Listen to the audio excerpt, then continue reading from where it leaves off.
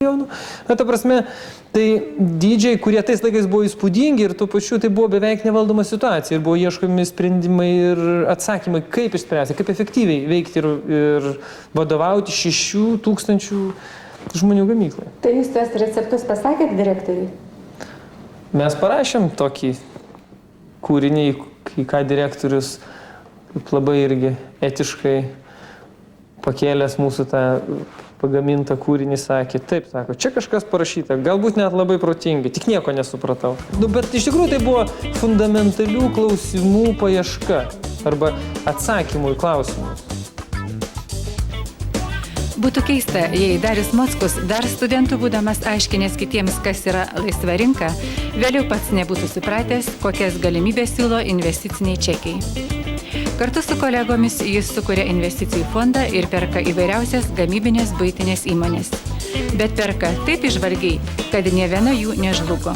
O svarbiausia, niekada neturėjo nė minties surinkus iš žmonių čekius dingti iš horizonto.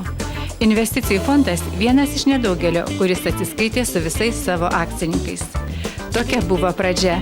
Dabar jau paties koncerno investicijų mastai didžiuliai. Na, į šitą mes skaičiuojam, kad su įsigijimais bus 20 milijonų, bet mes dar skaičiuojame, kad čia dar vienas turėtų išaugti 16 aukštis, dar vienas didesnis.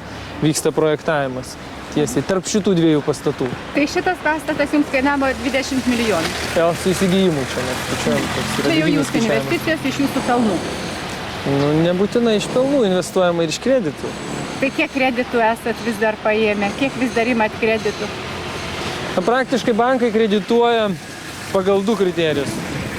Klasika. 30% nuo savų lėšų turi įdėti, 70% jie kredituoja ir tu turi turėti pakankamą užstatų, kad jie kredituotų tavo verslą. Tai mes neperlipom dar šitų parametrų. Vilniečiai jau pastebėjo, kaip pasikeitė teritorija esanti priešai žvėryną prie Neries upės. Dabar jį vadinama verslo trikampiu. Vietoj seno didelę teritoriją užgriozdinusio avarinės fabriko atsirado modernios parduotuvės, verslo biurai, o gamyba iškelta į priemiestį. Mes galvojam, kad antruoju etapu bus viedukas iš Kauno, Geležinio Vilko gatve nusileisti ir ateityje gražus planai yra sutvarkyti dar Neries pakrantę. Ar lietuviškom investicijom lengviau ar sunkiau negu užsienio investicijoms čia šiuo metu Lietuvoje? Gal lietuviškom turėtų būti šiek tiek drąsiau, nes lietuviai, kurie dirba čia, na, sakykime, 10-12 metų, jie turbūt tarėsi žino geriau vietinę rinką. Tai yra vietinė rinka, tai vietinio vartotojo poreikius.